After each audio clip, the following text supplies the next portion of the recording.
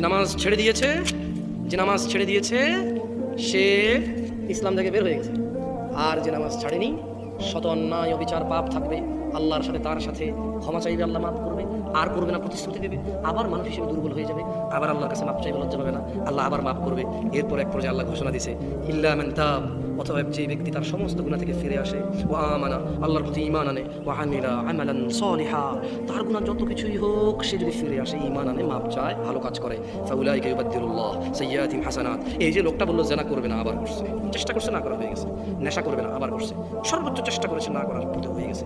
এই যে লোকটা নামাজ মিস করে ফেলেছে, চেষ্টা করেছে সর্বোচ্চ পড়ার, হঠাৎ দেখে গেলে মিস হয়ে গেছে, তো আল্লাহ কোরআনুল কারীমে সূরা ফুরকানে বলছে যে লোকটা ইল্লা মান তাব, হাজার সহস্র কোটি অপরাধ থেকে মাপ চেয়ে ফিরে আসলো, ওয়া আমানা, এরপর ঈমান নিয়ে নিয়েছে, ওয়া আমিলা আমালান সালিহা, মাপ চাইছে, ঈমান আনছে, কিছু ভালো কাজ করা শুরু করে দিয়েছে।